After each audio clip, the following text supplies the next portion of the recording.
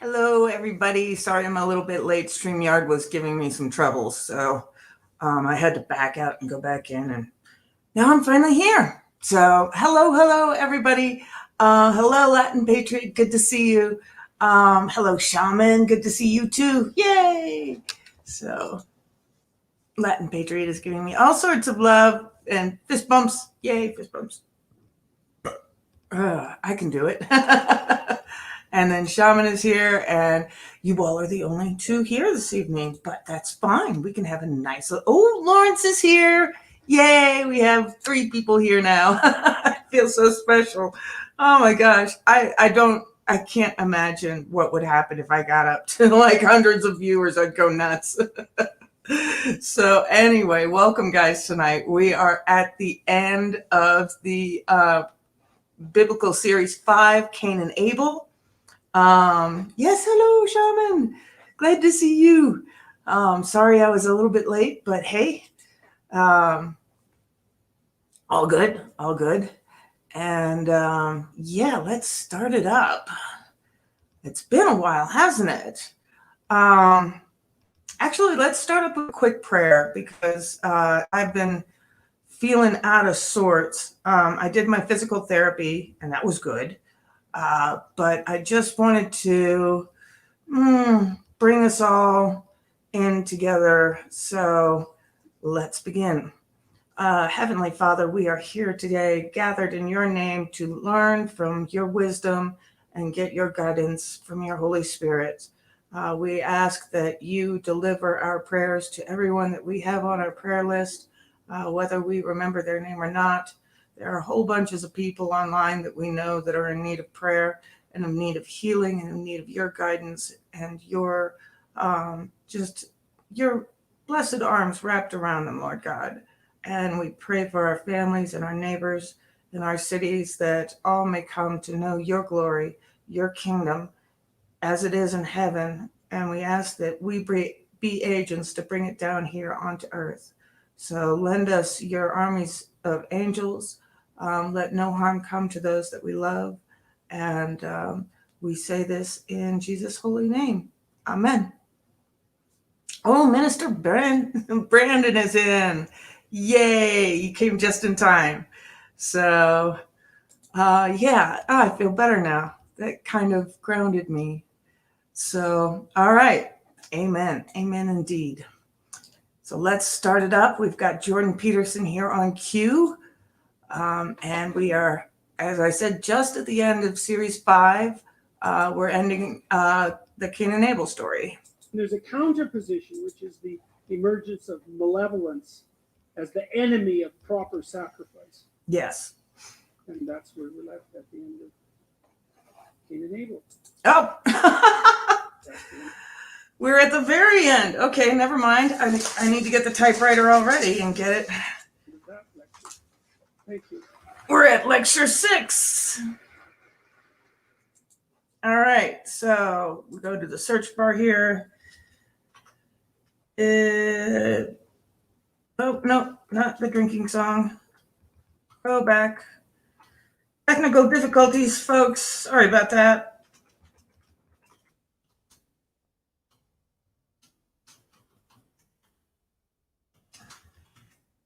Series 6. Oh, Roman numerals. There we go. Psychology of the Flood. This is what we're on. All right. Hey, survival. Oh, no problem. No problem. Just glad that you're here. So.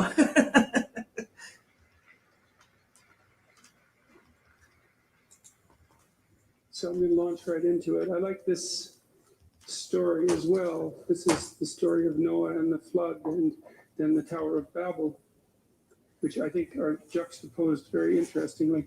The Tower of Babel is one of those stories like Cain and Abel that's only a few lines long. It's like a fragment in some sense, although the story of Noah is quite a well-developed narrative. But like the other stories that we've covered, it is relevant at multiple levels of analysis simultaneously. And so what I'm going to do to begin with is to start with some background information. So some psychological background information so that the story makes sense. And the first thing that I'd like to make a case for is that you bring to bear on the world an a priori perceptual structure, and that's really an embodied structure, and it's a consequence of the 3.5 billion years that you've spent putting your body together, which is a tremendous amount of time. Yes. Not only your body, but your mind, of course, because your mind is part of your body and very much embedded within it. You tend to think that you have your brain in your head and it's sort of floating separate from the rest of your body. That's not true. You're tremendous, massive system of neurons running through your entire body. This is very true. And I think he also gets into the autonomic nervous system. And what it is that, we don't just think with our brains. That's an old idea whose time has come and gone. That you talk about a gut feeling or feeling something in your heart, that sort of thing. Those are actual neurons on your heart and in your gut that are sending those messages. And you have a whole separate, that's why migraine isn't just a headache. It's an entire neurological system sort of storm. And that's why people have nausea, and, you can have cardiac events as a result of migraines. You can have paralysis as a result of migraines, strange sensations in your hands and feet, that sort of thing. So you think with your entire body, not just, the brain up here. So I bought a Jeep. That's a good reason not to be here. Autonomic.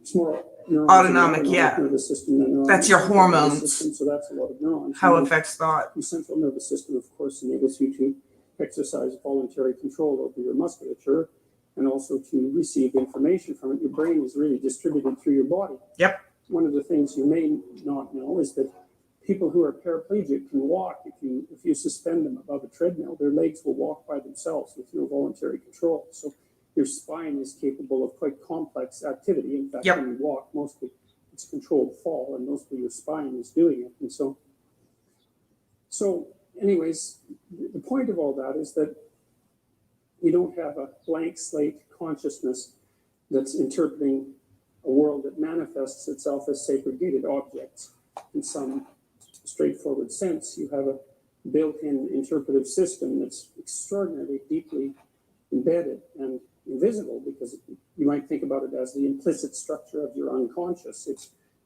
And this is also true. They had, what was it? I can't remember where it was, but they had children who had never seen dogs before, never seen wolves or anything like that. Oh yeah, go ahead. You have a quip if you don't mind. Go ahead and put it up. I'll continue talking. But children who had never seen dogs, and they will have nightmares about wolves. And that comes from us being, the prey animal of wolves. These things are embedded in our DNA. And so our mind is not a blank slate when we're born at all. We are born with all sorts of structures and understanding and things like that. I mean, you hear in the womb before you're born. I remember my mother's voice not being what I remember it, but if I would press my head against her stomach and she'd talk, I'd be like, now it sounds right. And so, you come when you're born, you come with all sorts of things already built in, and it's amazing. So Survival said this is pre-college education, very much so. And you're talking about a guy who taught at Harvard. So we're getting a Harvard education right now with this. So, all right, I'm going to continue with this. All right, so here we go from Brandon. Futile for men to try and understand how a woman's brain works. Even with it, when us guys almost get to figuring it, she will change her mind. Yes, that's very true. Oh my gosh. So, and that's, women have the, what's the word I'm looking for? Sorry, we had a storm today, so I'm kind of out of it. but it's the authority. Women have the authority to change their minds at any point. So it's not that we were wrong. We just changed our mind. So, um, oh yeah, the little girl raised as a dog. Some of them are not hoaxes. The one that happened in like Eastern Europe or something like that was definitely not a hoax. And she had cognitive deficiencies because she wasn't raised among humans. And she didn't get the feedback, because a lot of our nervous system is built on feedback. So if a baby doesn't get touched, it will die. You have to hold a baby. You have to, play with it, that sort of things, for them to have normal cognitive development and that sort of thing. So, yeah. And Latin says women don't even know what's going on in their own heads. That's very true. Men think that they don't understand our minds. We don't either. So, all right, let's get back to Jordan. It's what gives rise to your conscious experience. And it presents you with the world. That's one way of thinking about it. And it's a good way of thinking about it. It's the psychoanalytic way of thinking about it, as well as the neuroscientific way of thinking about it. Because one of the things that's pretty interesting about modern neuroscientists, especially the top-rate ones, and those are usually the ones that are working on emotions, as far as I've been able to tell, are often quite enamored of the psychoanalysts. Jaak Panksepp was a good example of that, because they came to understand that the psychoanalysts' insistence on underlying unconscious personified motivations was actually an accurate reflection of how the brain worked. So to think of yourself as a loose collection of autonomous spirits that's governed by some overarching identity is a reasonable way of thinking about it. The question is, or a question that arises from that is, what is the nature of this a priori structure that you use to interpret the world? And I think the clearest answer to that is that it's a story. Yes. That you live inside a story. Yes. And that's very, very interesting to me, because our dreams are stories. I have a couple of videos that lay this out. I believe that Darwinian presuppositions are at least as fundamental as Newtonian presuppositions. I actually think they're more fundamental, and that the fact that we've evolved story-like structures through which to interpret the world indicates to me that there's something deeply true about story-like structures. They're true at least insofar as the fact that we've developed them means that here we are living, and that it's taken 3.5 billion years to develop them. They're highly functional. And so I just wanted to bring up Brandon's comment here. I really do believe men and women think differently. Yes, women have 1,000 wires going all at the same time, but men like putting things into boxes, keeping it as simple as much as possible. Well, we have more structures from our left and right hemisphere. That's why women can understand their emotions like that, is because we've got, a superhighway between the hemispheres of our brains, whereas men don't have as many of those. And so it's more like a dirt road they don't, where you have to pull up onto the side of the hill in order for another thought to go the other direction. But I've also had the experience where I was on prednisone and I had more male hormones in my brain than female hormones. And at one point I turned to my husband and I was like, oh my gosh, when you say you're thinking about nothing, you really are thinking about nothing. And he was like, well, yeah. And I was like, my brain goes all the time. I don't know what you're talking about. So I had finally experienced it and realized he wasn't lying. So Survival says there's something there, Brandon. There absolutely is. We do think differently because we've got different brains. It's just the nature of the beast. So, and then his Jordan Peterson's comment about stories. You can actually, using, I think it's magnetic resonance, you can separate the two halves of the brain. And if you block the sight, they've done these experiments, and you have the hand move something, from getting the command in this ear, your other side of your brain will then turn that into a story as to why you did that. So even our actions, we didn't know that the person in the experiment didn't know that he was told to move that thing. So he made up an entire story of why he moved that thing. I'll see if I can find that for you guys later, but because I don't have it queued up, obviously. That's absolutely fascinating that we come up. I mean, that's how we kind of process dreams, is we come up with our own stories about how stuff. So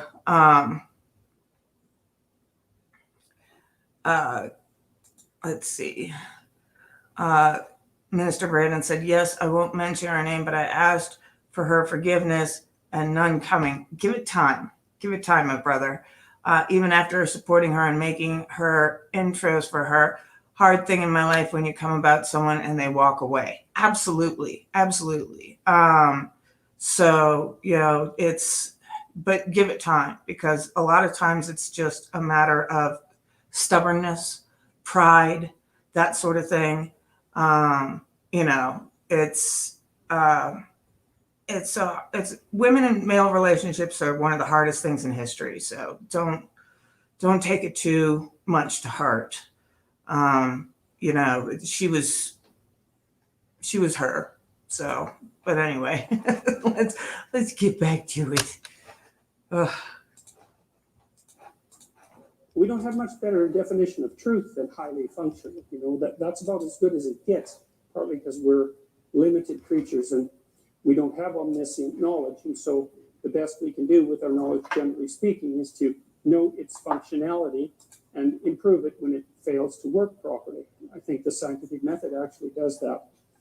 And so the fact that we've evolved a story-like structure through which to interpret the world, that's pretty damn interesting. It says something fundamental about stories, and it's strange in the same way that the fact that we have hemispheric specialization for the known and the unknown, or for chaos and order and chaos, respectively, also says something fundamental about the nature of the world. If you assume that we've evolved to reflect the structure of the world, broadly speaking, and that's obviously not just the physical structure, the atoms and the molecules, but all of the patterned manifestations of the physical molecules as they build structures of increasing complexity across time. That would include human interactions and political interactions, economic interactions, familial interactions, all of those things that are a very important part of our reality, perhaps in some sense not as fundamental as the physical attributes that the physicists concentrate on. So we live in stories. Yes. And so I want to talk to you a little bit about stories and about their structure, because when you understand a little bit about the structure of stories, then a whole array of things about mythology all of a sudden make overwhelming sense, and it's so useful, because what you see is that many of the things that are standard occurrences in your life, everyone's life, are portrayed universally in mythology, and it's very helpful because, first of all, it de-isolates you. One of the things you learn as a clinical psychologist, contra the anti-psychiatrists, let's say, is that diagnosis is often a relief to people. There's a problem with being diagnosed, because then you might be labeled, and then the label can follow you for the rest of your life. And once you're labeled as something, then strange things happen around you that often reinforce that label.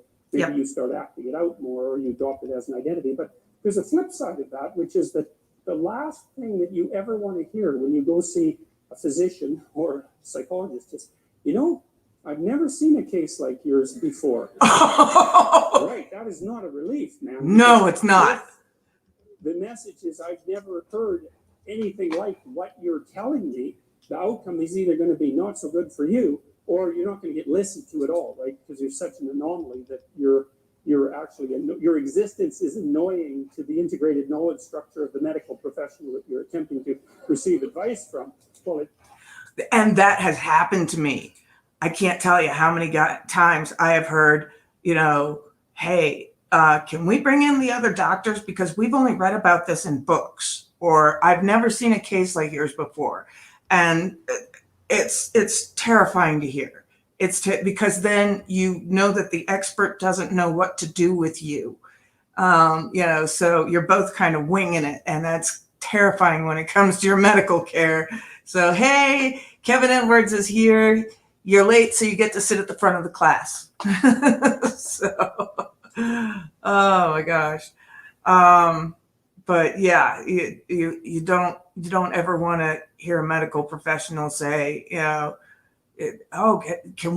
we've only read about you in books. Can we bring in all the, and all the doctors come in and look at you. Every single one. And everybody's like, ooh, I'm glad I can finally see this. And what it is in person, it's like, oh God, what's going to happen to me? So. It's definitely the case because, if you can be put in a box, then the box tells the doctor what to do with you. And that's actually a relief to the doctor.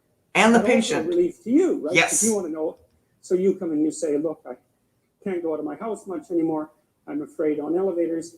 I have heart palpitations, and sometimes I end up in the emergency room. Increasingly, my interactions in the world are restricted. I find myself staying at home. I'm afraid I'm going to die of a heart attack. And the psychologist says, well, you have agoraphobia.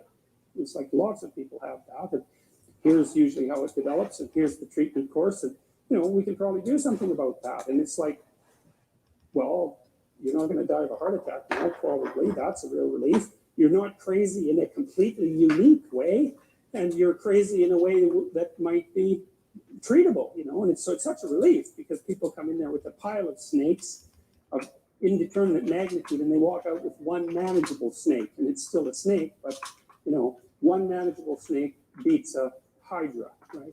Yes. So, all right. So back to stories. So.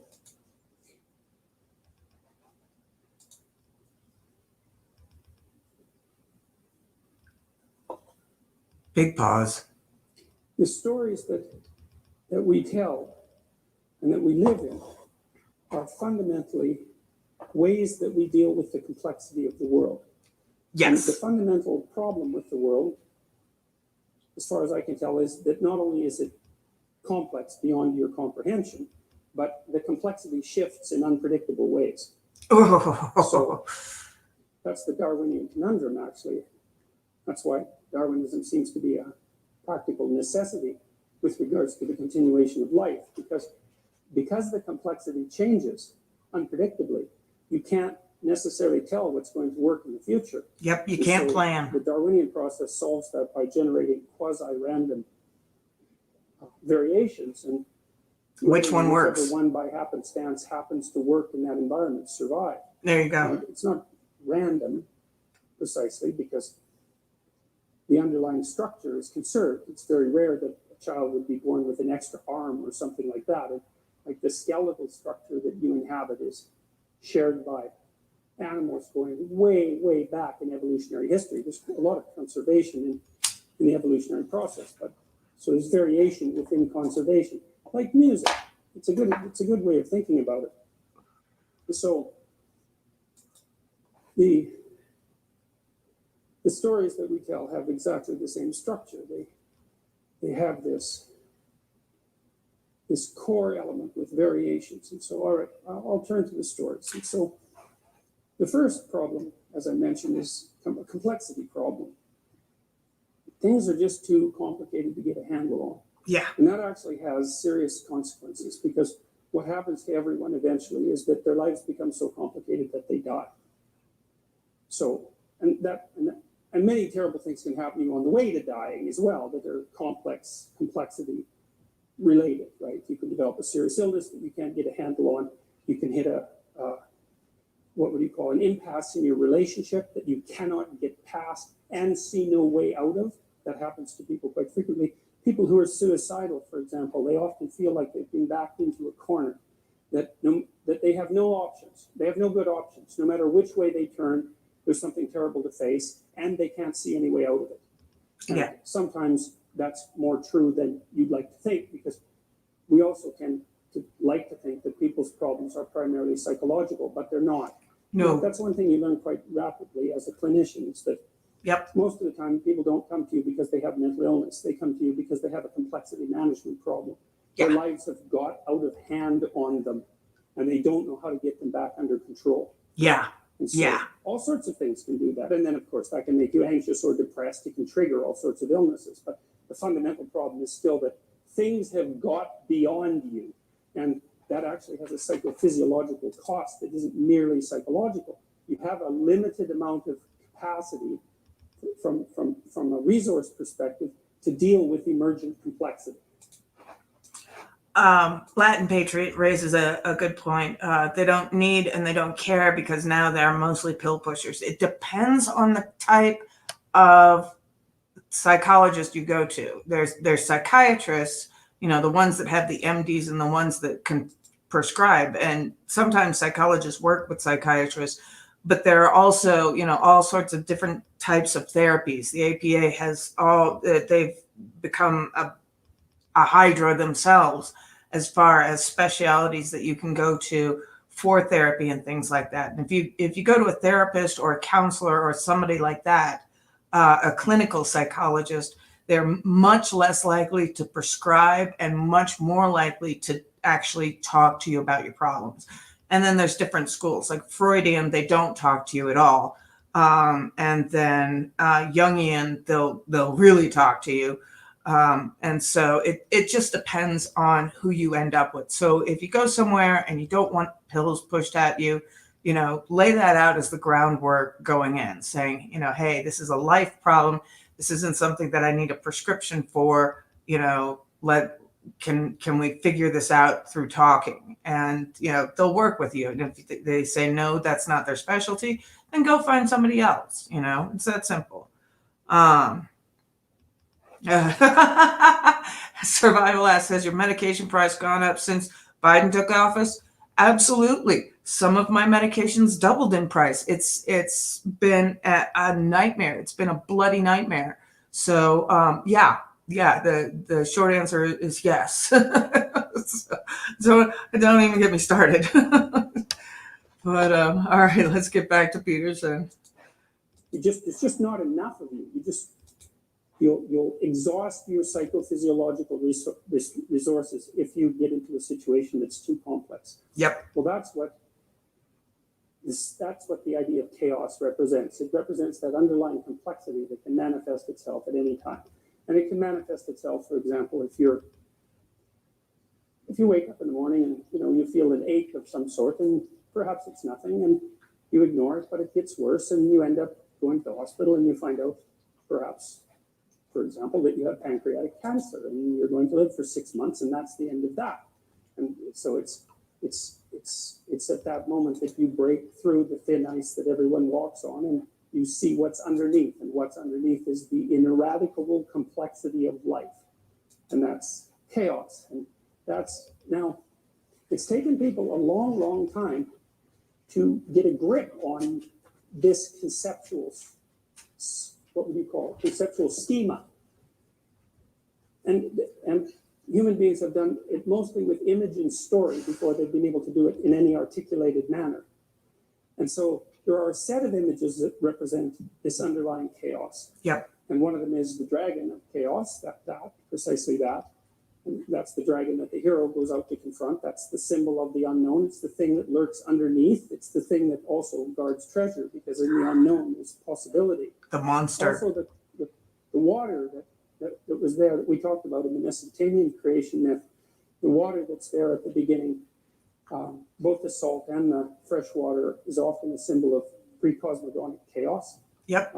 Often people have dreams, for example. Some of you have this dream, I suspect. You'll dream that you're in a house that you know well, and all of a sudden you discover a new room or a set of new rooms, or maybe a set of rooms in the basement. And often the rooms are not well organized, and they're full of water. Those are very common things. And what that means is that you've broken through the constraints of your conscious self-understanding to a new domain of possibility, but a new domain that needs a tremendous amount of work. It says, well, here's a new part of you, but it's not well developed. It's flooded. It's flooded with chaos, essentially. It's murky. And it's water, I think, partly because chaos is not only what you fall into when you're not expecting it, but it's also the unknown that you confront forthrightly and generate new things out of. And water is a symbol of life, especially in the desert. Of course, life is dependent on water. And so Water is a natural symbol to utilize when you're talking about something that's life-giving but also potentially deadly. Yeah. There's a little bit of water. Well, that's a drink, but a lot of water, that's a shipwreck, right? And so, and those are the extremes.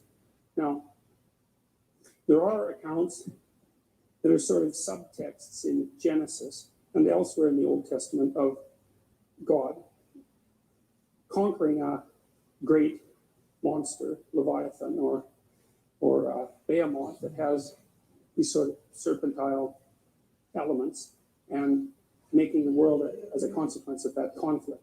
So there's this idea that the world creating force, which we've talked about as the logos, is the thing that continually confronts chaos.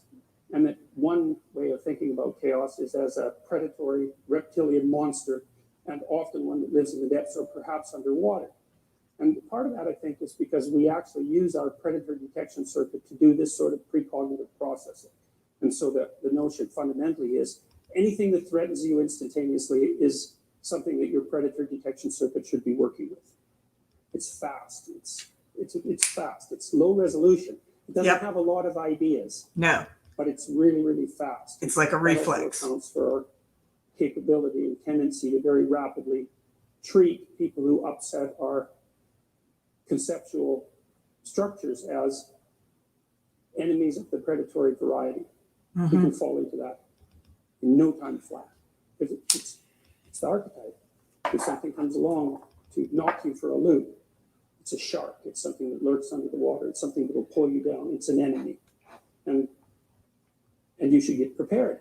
And that's a reasonable defensive strategy, even though it also has its dangers and can sometimes be wrong. So I'm not seeing any clown emojis, guys, just as a side note. So yeah, I don't know. That's emoji that's being used a lot, I know, on TikTok. And here's an interesting one that you may not know, is that no, Shaman, I haven't seen any. So yeah, they're not coming through for me. An interesting side note, the sea monster, what they thought of in early ship-bearing times. What a lot of times what it was is they were mistaking a whale penis for a sea snake. And that's where all the stories come from, because humpback whales, male humpback whales will wave their thing out in the air. And so that started the story of the sea snakes and the sea monsters and stuff like that. And of course, the water would be churning because you've got whales there. And yeah, that's we mistook a whale penis as a sea monster. So, oh my goodness. well, the landscape within which Talk about making up a story. Direct our stories is fundamentally one of an overarching chaos, a chaos that exceeds our capacity to comprehend in any sense, individually, familial, socially, economically. We're always threatened by the collapse of the structures that we inhabit constantly. We have to work. Yep. It's like you own a house. Yep. How much time do you spend maintaining a house? A lot. Well, a lot. And why is that? It's because the house falls apart because you're stupid, and the house falls apart, well, because you do repairs wrong or you ignore things, right? And I'm saying this actually for technical reasons. The house falls apart because you're incompetent. But even if you're competent, the house falls apart, right? It's just entropy. And so things have a proclivity to fall apart on their own. So you just have to run like mad just to keep them doing what they're supposed to be doing. Yep. And then, of course, that is complicated by your own willful blindness and inadequacy as a repair person and refusal to attend and all those other things. So and that's a very classic idea, which we'll return to. One of the ideas that Mircea Eliade, famous historian of religions, extracted from a very large corpus of flood myths was the idea that the earth is periodically flooded for two reasons. One is things fall apart. Just entropy. It's straight entropy. I don't remember which law of thermodynamics that is, but it's one of the big laws of thermodynamics. It's one of the top three, man. Things fall apart of their own accord. Yes. And that's one of the things that we have to contend with. And then the rate at which things fall apart is sped by the sins of men. Yes. That's the other idea. And you know that. Everyone knows that because you know, your car breaks down on the highway. You think, God, that's so inconvenient. And then you shake your fist at the sky, and then there's part of you in the back of your mind that goes, God, I knew that rattle that I wasn't paying attention to actually signified something. And I knew I should have paid attention to it, and I didn't, and now I'm in the situation that I'm in now. I bet you this happens to people 2 or 3 times a week. They do something stupid that they know they shouldn't have done, that they told themselves not to do mere seconds before. Yes. And they know the voice says, don't do that. Yeah, you do it. You can get nailed for it exactly the way that you knew you would get nailed for it. Yep. And then you're hurt doubly because not only did it fall apart, but you're the idiot that made it fall apart, knowing full well that it was going to fall apart and ignoring it. And so that's the idea behind the notion that there are 2 reasons that things fall apart: thermodynamic entropy and the proclivity of people not to attend to things they know they should attend to. Yeah. And partly we do that because if a problem emerges, it always announces itself, unless it's a really, really tiny problem and you're approaching it voluntarily, it always announces itself with negative emotion. And that's part of the predator detection circuit. It announces itself in frustration or disappointment or emotional pain or grief, or the paramount one, anxiety. And no wonder, because it's a problem, right? And one of the logical responses is to sort of freeze in the face of the problem. But of course, if it's a problem that has to be addressed and solved, freezing it and turning away from it is not a good solution, because since things tend to fall apart on their own accord, if you just leave the thing alone that's problematic, it's just going to get worse, not better, which is one of the things that's very annoying about life. Yep. So, for example, if you get a warning message from the tax department, the probability that ignoring that will make it go away is zero. Right? Well, instead is that the more you ignore it, the larger it will grow. And if you ignore it long enough, then it will turn into something large enough to eat you. Yep. And that will be the end of you. I read in Harper's Magazine at one point that people would rather be mugged than audited. And so I believe that, because the mugging, man, that's over, right? It's like a couple of minutes of sheer terror, loss of your wallet, away you walk. The audit, that's like they can take everything. Semi-fatal disease. Yeah. So that's chaos. Now it's the idea here too, is that that's the chaos. That's the psychological idea, is that that's also the chaos that whatever is being represented in Genesis as the Spirit of God extracts order out of at the beginning of time. And it's also that which we're constantly contending with as we struggle in the same manner to construct and maintain habitable worlds.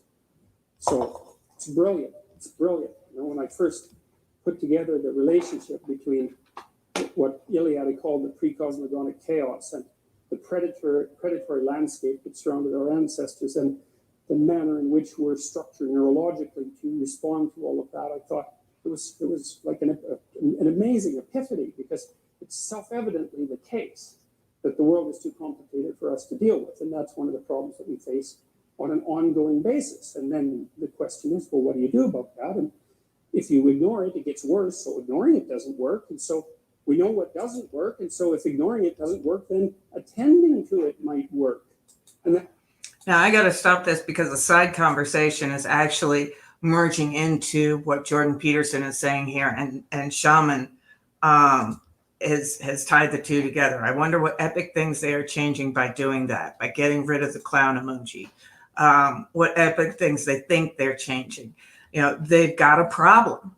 They've got a problem, and they're ignoring it by covering it up, by making it so that it doesn't appear, by just trying to shove it under the rug, that sort of thing. And they're ignoring the larger problem that's behind it, of what is causing this kind of behavior, and they're not dealing with that. And so they're only making a bigger problem for themselves.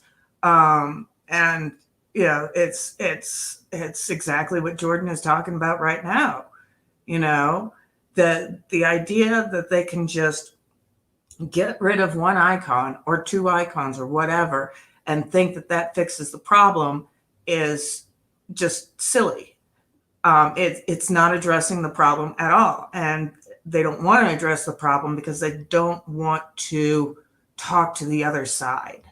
The gulf that they created by creating these echo chambers is now coming to bite them in the butt, and they don't know how to reconcile it. So, yeah. Shaman says, so true. And Latin Patriot says, exactly, 100%. Yeah, it's, and I'm going to avoid the political stuff, but yeah, it's, you know it. You know what's going on here. And so, yeah, they're trying to, they've frozen and now they're running away and they're not dealing, and they need to deal. Otherwise, this problem is just going to grow. So, all right, let's get back to him. Then I found out with the Egyptians, for example, that Horus was the god of attention, and the same thing happened among the Mesopotamians with Marduk and his ring of eyes. It's like, what's the way to forestall the catastrophe of things falling apart? And the answer to that is by attending to them. Yep. Voluntarily attending to them. And that slots very nicely into the hero mythology that promotes the idea that if there's a dragon in the whereabouts, in the neighborhood, let's say, that hiding in the basement just makes it grow larger. Yep. It's time to go out and confront the damn thing. And yep. The general stories are well, you might get killed because it's a dragon, but it's only might, as opposed to definitely will get killed if it happens to attack you at 3 a.m. at home when you're hungover and it's been a bad day and you don't have your sword and your shield at the ready, which is generally what happens to people who avoid things. Yeah. So it's not something that should be recommended. You're screwed both ways. That's one of the things that's so nice about being deeply pessimistic. It's so freeing, because one of the things, well, it's very frequent. It's such a relief. And it's really a useful habit to develop, is sometimes no matter what you do, you're in trouble. And that's a relief, because then you can stop scrabbling around for the way out. There's no way out, man. It's like you can pick murder, wretched death A or slightly less wretched death B, something like that. And I know that's a terrible way of looking at things, but it is extraordinarily useful to understand that many times your choice boils down to picking the least bad option. Yes. And if that's all you can do, if that's how life is revealing itself to you, it's like, well, more power to you. The least bad option, that's the best you can do. Then you're set. And it's good enough. Yeah. Especially compared to the alternative, which is the most bad option. So, all right, now,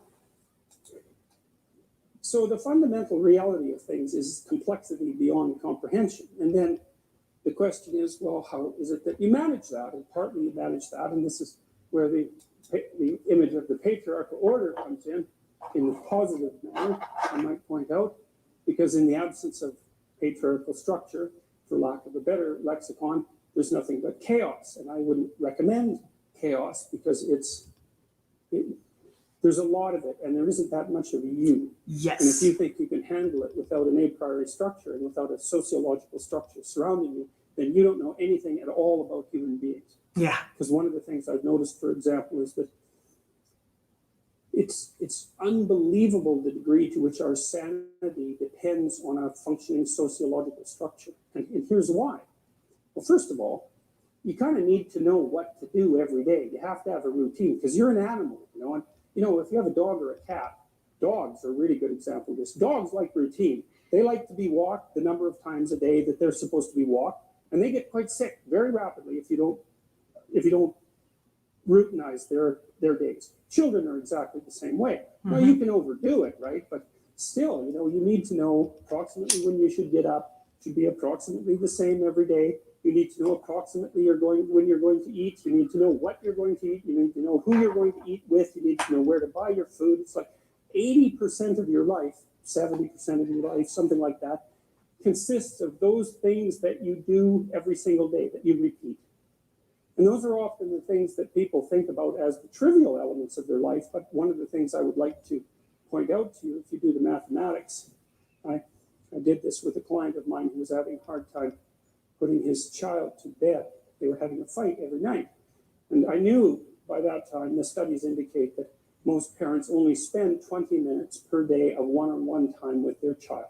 Oh. Now, the reason for that is that people are busy, and it's actually not that easy to parse out 20 minutes of one-on-one time. It's a lot bloody more time than you think. Yeah. But that's all there is, 20 minutes. He's spending like 40 minutes a day fighting with this kid, trying to get the kid to go to bed. And that's not very entertaining. You know, you think, well, he's just having a scrap with the kid about going to bed. But it's no. If it happens every day, it's a catastrophe. So you do the math. So we'll say 5 hours a week for the sake of argument, just to keep it simple. It's 20 hours a month. It's 240 hours a year. That's 6 40-hour work weeks. That guy was basically spending a month and a half of work weeks doing absolutely nothing but having a wretched time fighting with his son, trying to get him to go to bed.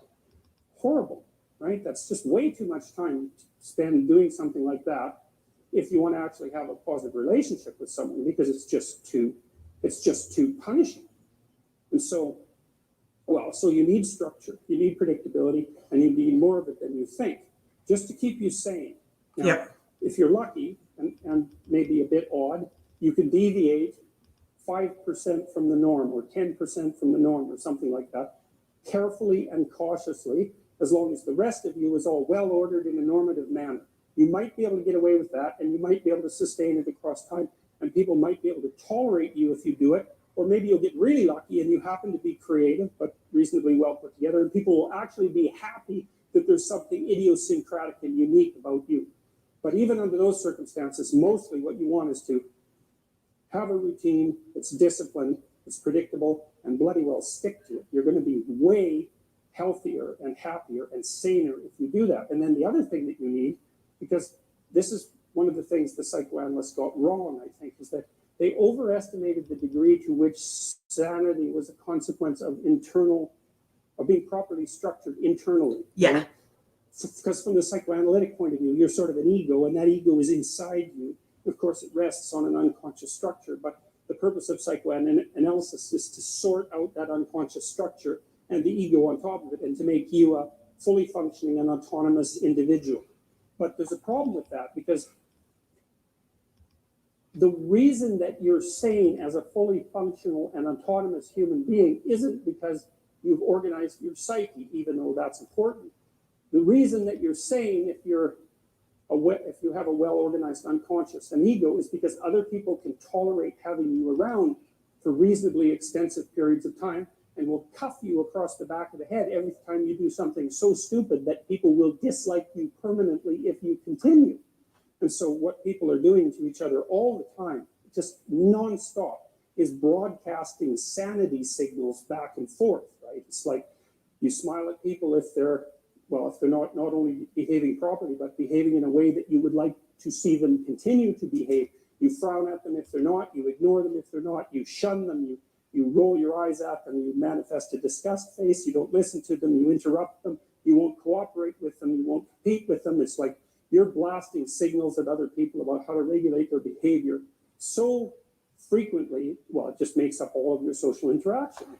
That's why we face each other, and we have emotional displays on our face, and we're looking at each other's eyes, and we know as much as we can about what's going on with each other, given that we don't have immediate access to the contents of their consciousness. And that's a big reason why people are having such a hard time with the lockdowns, is that we're not getting that feedback from one another. I mean, Zoom calls to a certain extent, sure, but it's not the same definition. I mean, you can do 4K, but still, this is not the same as us all sitting in the room. You know, I would be able to see, well, first off, I would be able to see your faces, not just see my face, and I would be able to see you shifting in your seats, see when you get bored, see when you tune in, that sort of thing. It's the reason why a lot of people are having a really hard time coping with the lockdowns is we are not getting those sanity signals. So yeah, we need the company of other people in order to remain sane, because otherwise, you'll just go off in left field. Well, not always. Some people are better at organizing themselves and maintaining it because they keep that structure that they had before. So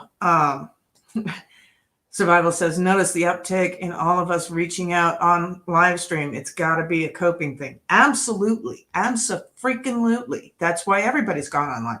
That's why there are so many adults on TikTok, that sort of thing, is to get that kind of feedback from one another. And you get it from even looking me, because I see myself on the screen.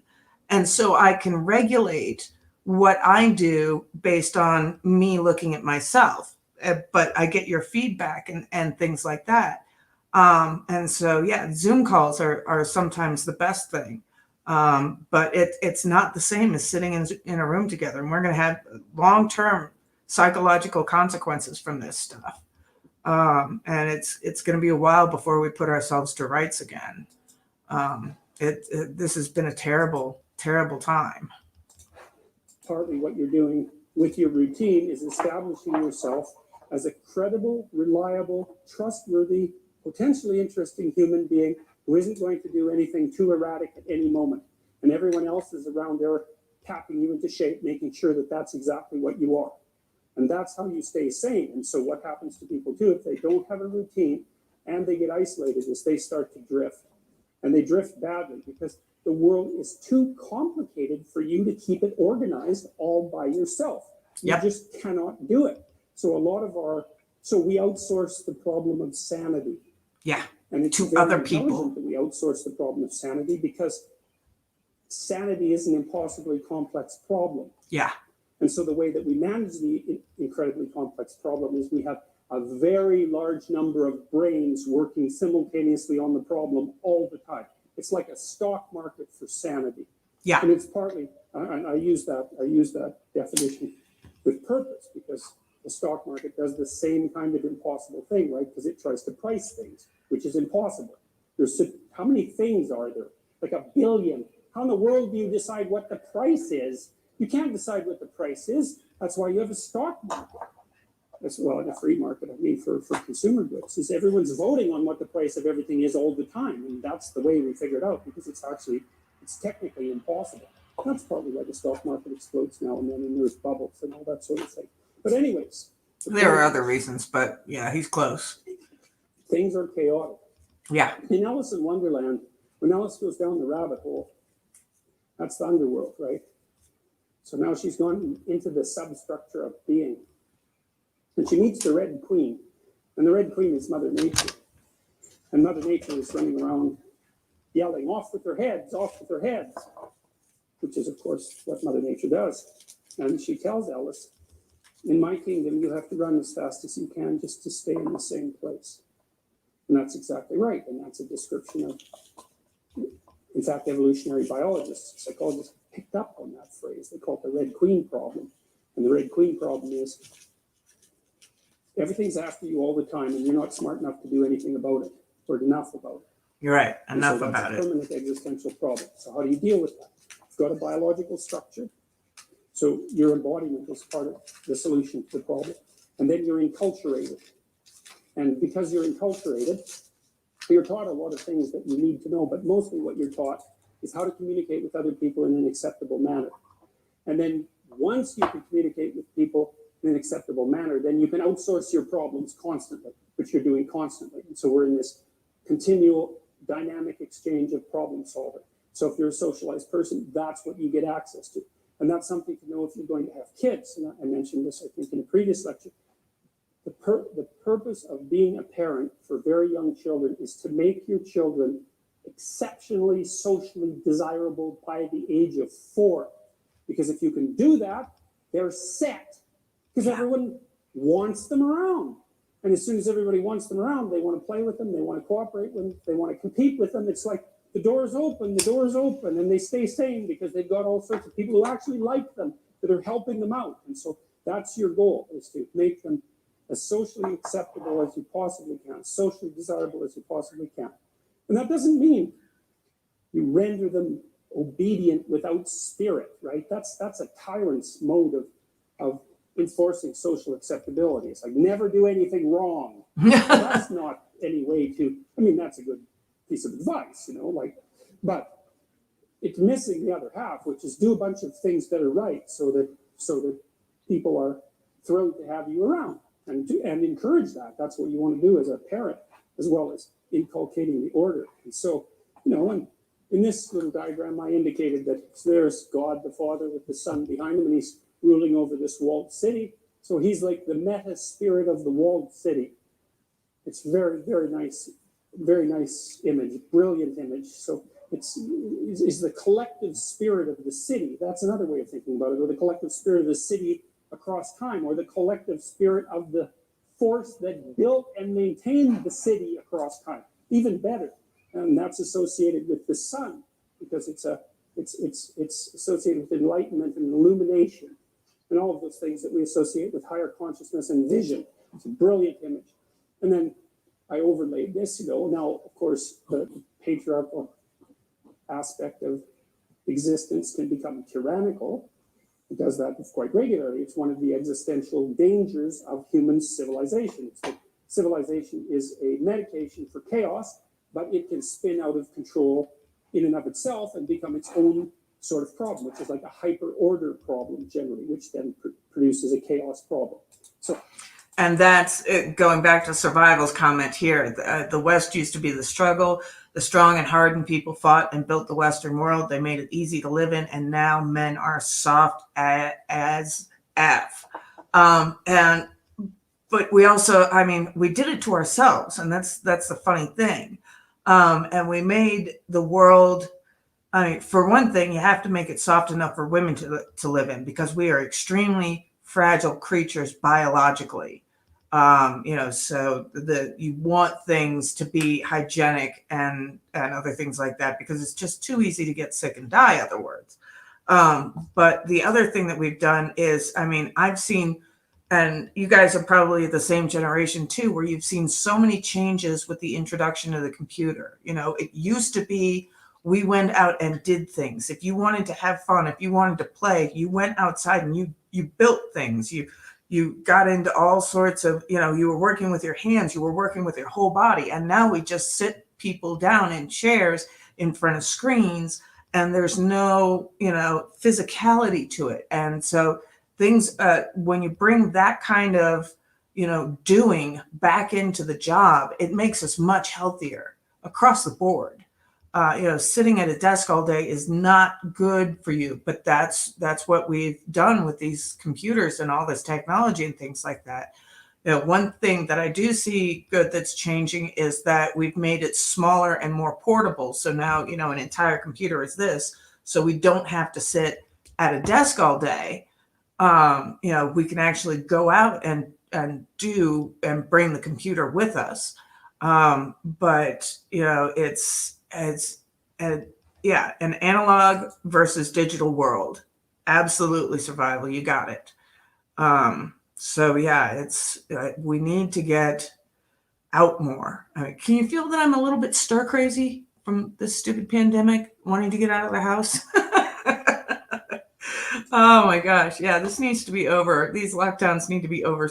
And summer's coming. Spring is springing, and the plants are growing, and stuff needs to be done outside. Lawns need to be mowed and all that good stuff.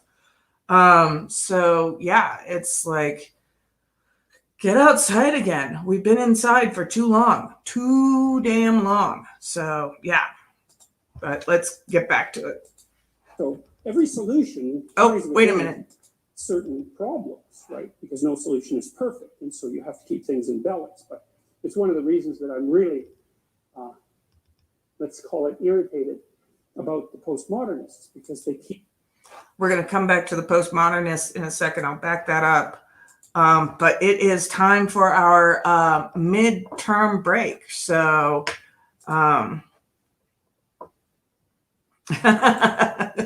Survival says, sure, ride your bike without shoes on. Learn the lesson of the analog way, right? Oh my gosh, yeah. It's not sim life, it's actual life.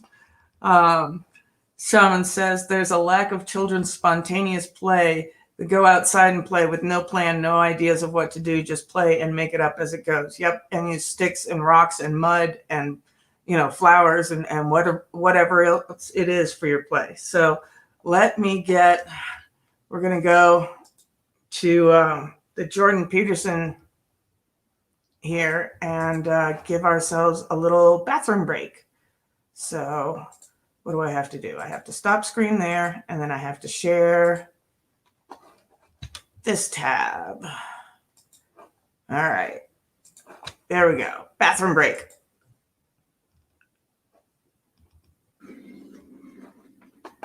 Without that beauty, there's no call to higher being. This is also why, I've mentioned to people that they should clean up their rooms.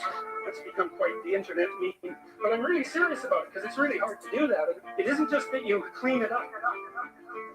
You also make it beautiful. Make it beautiful. Make it beautiful. Make it beautiful. Make it beautiful. Make it beautiful. It's really hard to make something beautiful. To make it beautiful. It's really worthwhile. To make it beautiful. It's really hard to make something beautiful. To make it beautiful. It's really worthwhile. What's really cool is if you learn to make something beautiful, even one thing, if you can just make one thing in your life beautiful, then you've established a relationship with beauty. And then you can start to expand that relationship with beauty out into the world, like into other elements of your life. And that is so worthwhile. It's just incredibly, crazily worthwhile. Make it beautiful. Make it beautiful. Make it beautiful. Make it beautiful. Make it beautiful. It's really hard to make something beautiful. Make it beautiful. It's really worthwhile. Make it beautiful. It's really hard to make something beautiful. Make it beautiful. It's really worthwhile. People are terrified of it. People are terrified of color. They paint their walls beige. They're terrified of art. They buy some mass-produced thing because they don't want anybody laughing at them for their lack of taste. And they would get laughed at because they have no taste. But you have to, well, it's right. What do you know, right? You have to develop it. And so you're going to stumble along and make mistakes to begin with. And you're going to show yourself. Because if you buy, I think this is pretty. And, somebody comes over and goes, hey, what's up with you? It's kind of hard on your self-esteem. But it's you're stumbling towards the right. You're stumbling towards the kingdom of God. That's what you're stumbling towards when you try to make an aesthetic decision. Make it beautiful. Make it beautiful. Make it beautiful. Make it beautiful. Make it beautiful. It's really hard to make something beautiful. Make it beautiful. It's really worthwhile. Make it beautiful. It's really hard to make something beautiful. Make it beautiful. It's really worthwhile. Beauty is absolutely terrifying to people because beauty highlights what's ugly. And so if you start to make your room beautiful, then everything around that isn't like that just starts to glow in the worst sense. It's terribly dangerous. That's why people are afraid of beauty, but it's the greatest thing you can do. Beautiful things are beautiful for a reason. That beauty has depth, like it's real depth, man. That's what gets you in touch with the transcendent and the divine is beauty. You introduce that into your room, you're playing with the fire. People will resist it. Make it beautiful. Make it beautiful. Make it beautiful. Make it beautiful. Make it beautiful. It's really hard to make something beautiful. Make it beautiful. It's really worthwhile.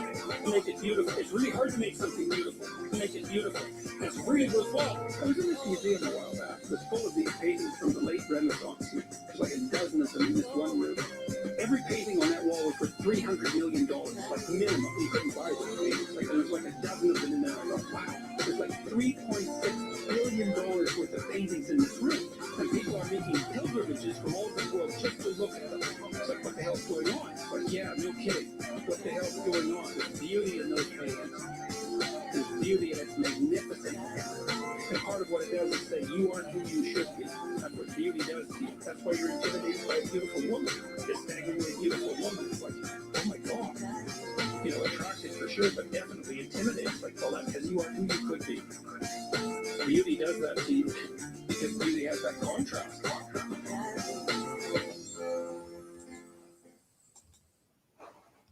All right. We are back. So hope you had a good bathroom break. Hope you had a good smoke break, whatever it is that you were doing. So let's pull up. We are still talking about a priori structures, stories, and things like that. The psychology of the flood. So here we go. Civilization is a medication for chaos, but it can spin out of control in and of itself and become its own sort of problem, which is like a hyper order problem generally, which then produces a chaos problem. So every solution carries within it certain problems, right? Because no solution is perfect, and so you have to keep things in balance. But it's one of the reasons that I'm really, And you can have call it irritated about the postmodernists, because they keep yammering about the patriarchy, and it's very, very annoying because it's self-evident that social structures are tyrannical. It's like, that's not news, folks. That's obvious. But that's not all they are. And it's the reduction of the entire complex solution, let's say, to a unidimensional problem. It's just tyranny. It's like, no, actually, it's not just tyranny. If you spent 6 months somewhere that was just tyranny, you'd know the difference very, very rapidly. And that doesn't mean that everyone doesn't give up a pound or 2 or 10 or 20 of flesh to participate, even in a society that's as free as a Western society is. We all get crushed and molded by the tyrannical force of social convention. But at least in principle, the benefit is worth the cost. And then it's also up to you to make sure that you don't sacrifice more to the group than you should. And you can start to tell if you're sacrificing more to the group than you should, because you start to become resentful of other people. That's part of it. That's part of the psychological mechanism that's informing you of that. So it's up to you to fight against the overarching pressure for conformity, to retain your individual logos, let's say. But that's sort of your problem. It's like the group wants you to behave. Now, if you could behave and be creatively productive, so much the better, but that's pretty damn rare. So the group generally tends to settle just for behave. And there's a tyrannical element of that, but what the hell's the alternative? It's, our society is based on consensus, and the consensus is based on the sacrifice of a certain sacrifice of individuality, even though individuality is absolutely necessary as a revitalizing force for the society. It's a very tough thing to manage properly. So anyways, you have your physiological structure as your first line of ordering in relationship to chaos, because your body presents you with the world in a certain way. And then the second line of defense is something like the sociological structure that you inhabit. We could call those the competency hierarchies or something like that. And thank God for them, because, maybe you're going to be able to specialize in 1 or 2 things in your life, or 5 things, but there's 300 things you need to know. And if it's just you'll be doing your genius level mathematics while your bathtub is leaking all over your bathroom floor, and that's not so good. So you can call a plumber, and hooray for that. So, we tend to cooperate to keep chaos under control, and we tend to cooperate to keep order under control. And that's the political dialogue, right? We maintain the culture to keep chaos under control, and we balance the culture out properly to keep the culture under control. And that way we get to live reasonably peacefully, reasonably productively, for a reasonable amount of time. And that's the best that we can do. Yep. And we should have some gratitude when that's working, because the right. default condition of things is that not only do they not work very well, they work worse and worse over time all by themselves. So anytime anything is working, you should just be amazed. And celebrate. Yeah. All right, so what does the frame look like? Well, I think it looks something like this. And this is, as far as I can tell, this is the bare bones. This is the bare bones of a variety of things. It's a bare bones story. It's a bare bone conceptual framework. It's a bare bone Dasein, to speak in Heideggerian terms. It's the bare bones world that you live in. You're always in one of these worlds. There's no getting out of them. You can move from one to another, but you're always in a world like this. And so this is the world that you're in. You're somewhere, because you have to be somewhere. Now, you might not know where that is, which means that the somewhere that you are is chaotic, in which case you need to go over your past in great detail and figure out where you are. It's like you're lost, right?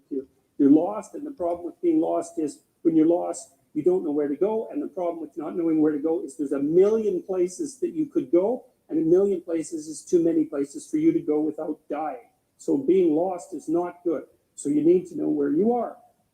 One of the things that we built online, my partners and I, is this program called Past Authoring that helps people lay out the narrative of their past, to identify, to break their life down into 6 stages, epochs we call them, and then to identify the emotionally significant moments in each epoch and to write them out. What happened negatively, what happened positively, what the consequences were, what you derived from it, perhaps what you could have done differently, perhaps what you learned from it, all of that, so that you can narrow in, zero in on determining precisely where it is that you are right now.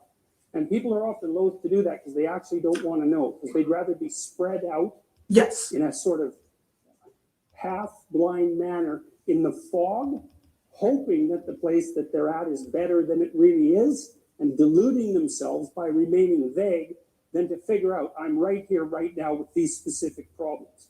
But Yeah. it's actually better It's really to hard. do that, because if you have a set of specific problems, and you've really narrowed them down and really specified them, then you can probably start fixing them, and you can start fixing them in micro ways, bit by bit. But there's no way you can do that without knowing where you are. It's impossible. And you, He just jumps and jumps and jumps so quickly. So yeah, not knowing where you are. I mean, this is why they have a 4th and 5th step in AA is to deal with, what are your problems right now? What are your resentments? What are your fears?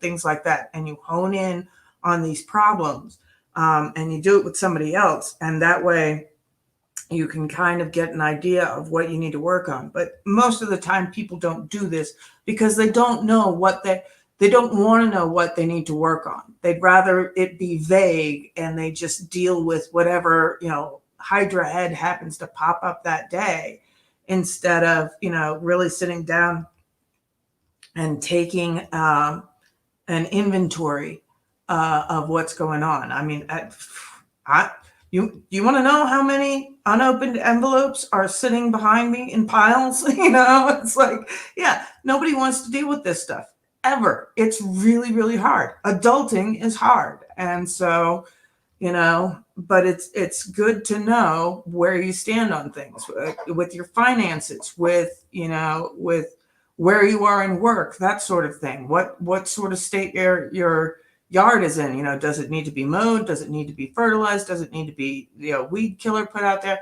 What is it that you need to do? And if you don't know where you stand, you can't take the next step forward. you can kind of tell if you don't know where you are. It's quite straightforward.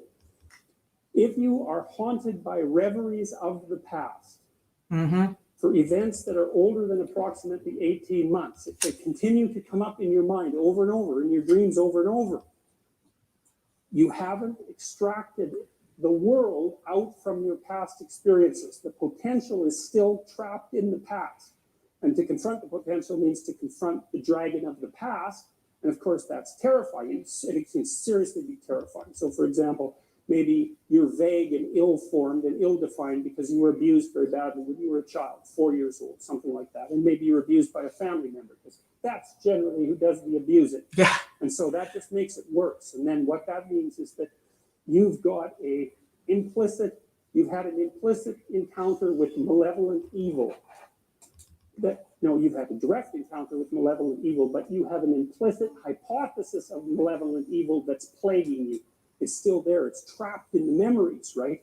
It's trapped in the representational structure. And as an adult, you're now faced with the necessity of articulating that fully before you have any chance whatsoever of freeing yourself from it. Yeah. And so that's no joke. Lots of times people have to go into the past. That's what the psychoanalysts do, and say, look, here is something came along and just bloody well knocked me over. And it isn't even that I repressed it, which I think was, well, we won't talk about Freud's errors because Freud was a genius, so we'll just leave him alone. But It was the Victorian it's age. not repression. It's just that terrible things happen to people at such a young age that there isn't a bloody chance in hell that they can figure out why they happened or what to do with them, Yeah. or what they mean. Yeah. And then you can carry that with you, and you carry it with you. It's like your body encounters the world in stages, and it happens very rapidly. Well, it can extend over years, but the initial stages happen very rapidly. So, for example, if you're walking down the road and you hear a loud noise behind you, you go like this. That's a predator defense response. By the way, you crouch down, and that's to stop something from jumping on your back and getting at your neck too easily. That's like few hundred milliseconds. It's really fast, or even faster than that. And it better be, because something like a snake, we'll say, can nail you just right now. So you better be fast. But it's low resolution. It's like danger snake, something like that, or danger predatory cat. It's that fast. And then you can unravel that and categorize it, but that takes time. You do that with emotion, and then you do it with cognition, and you can do that with long-term thinking, because maybe you've encountered someone specifically malevolent and predatory at work. It happens to people a lot, who's operating as a destructive bully, and who seems to have no positive function whatsoever, and is only living that out. And then you don't know what to do about it. So you're in prey mode. I don't mean this kind of mode, although that will help too. But I mean, you're acting like a prey animal, and then you have this terribly complex thing to decompose, which is, what the hell's up with this person? Yeah. Why are they making my life miserable? Yeah. What is it about me that allows them to make my life miserable? That's a nasty little road to walk down. And you're stuck with having to decompose it. Maybe you can't. Maybe formulating an explicit philosophy of good and evil to deal with something malevolent in your environment actually just happens to be beyond you. And that could easily be. It's certainly the case for people who are young, and it's the case for plenty of adults as well. It's no simple thing to manage. It's something, too, that often soldiers who have post-traumatic stress disorder have to do, because they've encountered terrible things. They've either done them or ran into them, and they need to update their moral model of the world, or they end up in something closely approximating hell. Yeah. That's Anyway, so you need to know where you are. That's this, what is, where are you? So you're navigating, you're a navigator, you're a sailor on an ocean, man. That's what you are. You're a mobile creature. You're going from point A to point B all the time.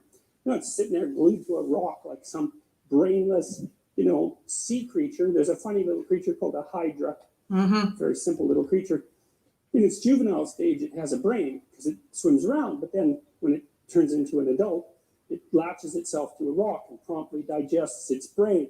Because if you're just sitting on a rock and you're not moving, you don't need a brain. So, but that's not our issue, right? We're zipping around in the world, and so we're navigating agents. And so to navigate, there's two things you need to know.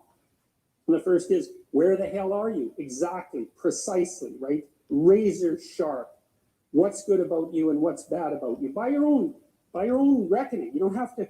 You can ask other people, but this is a game you play yourself. It's like, as far as I'm concerned, I'm taking stock.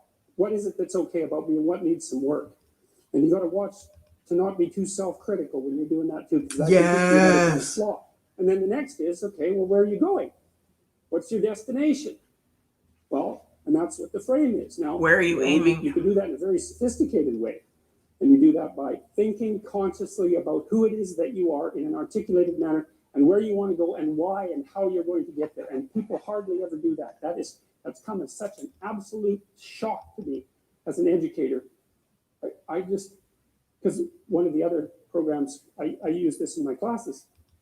One of the other programs in this suite of programs is called the Future Authoring Program. And I started developing it in my Maps of Meaning class, which is where some of this material is from. And I got students to write about their past. It's like, okay, we're talking about stories, so let's tell your story. Who are you? How did you get here? And what are you now? That usually helps people put things to rest, although it's quite stressful while you're doing it. There's besides an inventory, another thing a lot of times that they have you do, and I'm sorry, I got dog hair on my nose. I don't know, it's just floating back to me. You talk about, you take inventory, you take stock of yourself, your resentments, your fears, and stuff like that. But another thing that they do is they have you write like 20 I am statements. I am a father. I am an artist. I am a woman, and you write down all of these things, and they get more and more, when you get through like the first 10, it's like, it can get really difficult, because you're trying to think of, just all these different things that you are, because we encapsulate many different things. Being a daughter is not the same as being a mother or a sister. You take on different roles when you do that. Same with being a husband, a father, a son. You don't act as a son the same way you would act as being a father. You've got to manifest different skill sets, different modes of being, that kind of thing. So writing out 20 I am statements can be very, very difficult. And if you never tried it, I really highly recommend it, because you start to appreciate parts of yourself that, normally run on the back burner. And so to be able to realize, oh yeah, I am all of these things, and that's pretty incredible to be all of these 20 things at once. So yeah, if you've never done it before, try it. Try writing out 20 I am statements.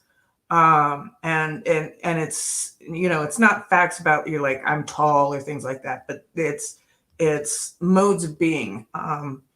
It's getting into your psyche, taking inventory, taking stock of, what your roles and responsibilities are in the world, more your roles. But sometimes your responsibilities as well, especially if you've got things like I'm a parent, I'm a house, I'm head of household, that sort of thing. So, yeah, it's interesting. But it's also part of that, figuring out where you are in the moment, and who you are, on top of that. So Stress goes up when you're doing it, and maybe you feel miserable for a couple of weeks, and then Yep. stress goes down and it stays down. So that's Yep. and that's also why people don't do it, because who the hell wants to have their stress go up? But if it's temporary, it's a sacrifice. So then the next Yep, issue the is avatar where of you're you. going. And one of the things that, and this I cannot understand, is students that have been in education system for 15 years, 14 years, high-end students, most of them, not once in their whole bloody life did anyone ever get them to sit down for like a day and say, all right, justify your existence. Like, well, seriously, it's like here you are in university, you're taking a bunch of courses, you've got some sort of vague career plan. It's like, defend the damn thing Yep. a bit, since you're going to go live it and everything. You're staking everything on it. It's like, what's your damn plan? And why are you so convinced that it's not the plan of a babbling fool? Because Yeah. if you haven't thought about it, then it is. And if you really want to go out there and live that out, one of the things Carl Jung said was that you're in a story, whether you know it or not. Yep. And then he made two nice comments about that. If it's someone else's story, you're probably going to get a bit part, and it might not be the one you want. And if it's a story that you don't know, it might be one with a really bad ending, or maybe it's just bad, period, with a worse ending. And if you don't know what the story that you're living out is, maybe that's the one. Maybe you got that from your mother, you got it from your grandmother, you got it from your aunt, or God only knows where you picked it up, because you pick up things like mad, because that's what human beings are like. So maybe you're living a malevolent tragedy unconsciously. And then one thing you might ask yourself is, well, how wretched and miserable is your life? Let's add futile to that. How wretched, miserable, and futile is your life? And you might say, well, yeah, 70% on each count. It's like, then you're probably unconsciously living out a malevolent tragedy. And maybe that's not for the best. Yeah. Well, it's either that or the whole universe hates you, right? Or 70% hates you. Oh. So anyways, we got students to start writing in detail about not what they wanted. It's not a career thing. Because that's the closest people usually get, is they have a career plan. It's like, no, it's not a career plan. That's peripheral. Important, but peripheral. It's like, all right, you got 3 years, man. You're going to live them anyways. Devote those 3 years to setting the world up around you so that it's the best it could possibly be for you. As if you were taking care of yourself, as if you cared for yourself. Well, what would that look like? Let's say, just for the sake of argument, if you figured out where you were, that you could have what would be best for you. Well, what is that? Yeah. I bet you never asked. People don't ask. And so life comes at them like random snakes, and they sort of fend them off. And life goes by, and things don't work out the way people expected them to. But I think part of that is they didn't know where they were, because they wouldn't look, or didn't know that they should look. Ignorance and willful blindness, right? Two great catastrophes. Mm-hmm. And they never figured out where they wanted to go or why. Yeah. Now, there's a problem with figuring out where you want to go. And the problem is that you make your conditions for failure clear to yourself. And people don't like that. So if you keep yourself in the fog, then you can't tell when you screwed up. Now, that isn't so good because you're still screwing up. You're just too blind, self-blind to notice. Although in the short term, that's less painful. If you make your criteria for success razor sharp, then you know every time you screw up. Yeah. But that's great because then you could fix it. You could either repair the behavioral inadequacy or the conceptual inadequacy that you're using as a tool in that situation, or maybe you could adjust your damn plan. Either way, you can fix it. And so, okay, so you're living in one of these bloody things, and you might as well, it seems to me, you might as well make it the best one you could live in because you don't have anything better to do. Now, if you don't do that, if you don't do it consciously, and this is what the psychoanalysts pointed out, is that you have innumerable quasi-autonomous subsystems that make you up, that will generate stories impulsively, and you'll just act them out. And you know that because you watch yourself over 2 weeks and you think, Jesus, I did a lot of stupid things in the last 2 weeks. And you think, why? And it's because you're a collection of somewhat random quasi-autonomous personality units, and lacking a leader, they're just going to fire off whenever they want. First you're hungry, then you're thirsty, then you want to go to bed with your wife, then you want to sleep in, then you want to tell your boss off, then you want to curse at the guy that cuts you off in traffic. It's like you're kind of like a 2-year-old, just it's one emotional frame after another vying for dominance. There's no overarching hierarchy, and there's no king at the top. And when Jordan Peterson says you have nothing better to do, usually that's, you have nothing better to do. That means that you're not doing anything. No, he means that this is the best thing that you could do for yourself is to figure these things out. There is no better. So I always love when he uses that phrase because, your brain catches on to what it usually means, but no, he means, there is no higher thing to aim for. And so, we already talked about pyramids of competence, and what's supposed to be at the top is you want to bring all those things together. We understand this neurologically. I'll show you some of that in a little bit. We understand this neurologically, how this maps in some sense right onto the neural structure of your being. Yeah. You want to put something in control. And yeah. The thing that you should put in control is the bloody thing that pays attention and learns, right? Everything else in the hierarchy should be subordinate to the thing that pays attention and learns. Yep. And you can right think, here. well, that's the message of the idea of logos. That's for sure, because logos is partly attention and partly communication. And you learn a lot by communicating with others. Okay, so you need to know where you are. Just like your GPS, which is about the closest thing we have to an intelligent cybernetic system. Those GPSs in your cars, those bloody things are pretty smart because they know where you are, they know where you're going, and if you go off course, they recalculate your route. It's like those things are damn near alive. That's so close to intelligence. And you can tell that because they act intelligently. They solve problems continually. So you need, and this is a cybernetic model, by the way, and cybernetic models were the models on which the GPS systems were based. So it's not accidental. Yeah. So you need to know where you are, and you need to know where you're going. And then the next thing you need to know is how it is that you're going to act, move your body, how you're going to propel yourself through time and space to transform this into that. Yep. And so, okay, and then we can make that a little bit more complex because it's a bit too simple. So we'll do this. So it isn't exactly that you live in one of these, it's that you live in a nested hierarchy of these. And you could think of this as your own internal patriarchy. That's a good way of thinking about it. And maybe it could be a tyrant, or maybe it could be something that gives you security and functional autonomy, and hopefully that's the one you go for. But it's a battle, because a little bit of tyranny exists in everyone. And so at the very highest level of analysis, so that would be the overarching story. Maybe you think, I'd like to be a good person, or a successful person, a famous person. I think good's probably better, because you can come up with the definition of good if you want, as long as it doesn't annoy other people too badly. Because they'll just get in your way, and that won't be helpful. So you have to negotiate it. Yeah. But let's say you're a good person.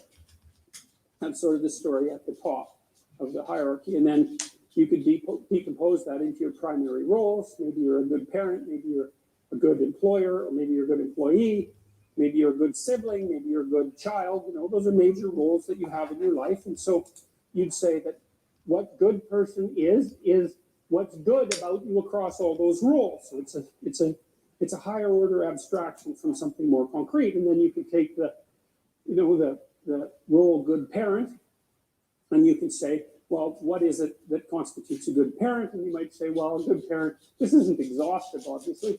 A good parent has a good job and takes care of his or her family. And then Good you provider. might say, what does it mean to take care of your family? And then you might break say, all well, this down. you can cook the odd meal, not too odd, hopefully. You can cook the odd meal, and you can play with the baby. And then you might say, well, how do you play with a baby? And then you might say, well, you play peekaboo with the baby, or you tickle the baby. Okay, well, there's a cool shift there, because this is all articulated and conceptual, right? Right down to this level, and then all of a sudden it's your body.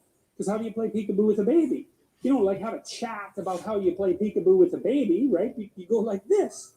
It's great fun. You can even do it with older people. They even smile about it, right? It's dad's gone, and the baby's all shocked to death about that. Where'd he go? Oh, look, he's back.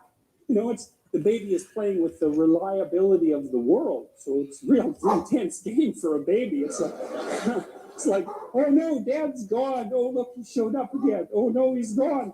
And then dad's smiling to indicate that those brief flashes into non-existence aren't existentially terrifying. Right. Capacity, right?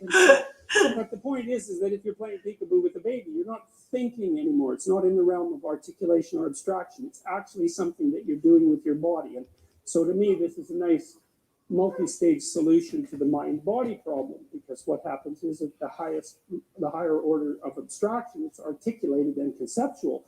But if you decompose it sufficiently, you end up with an actual action, and the action involves the movement of musculature.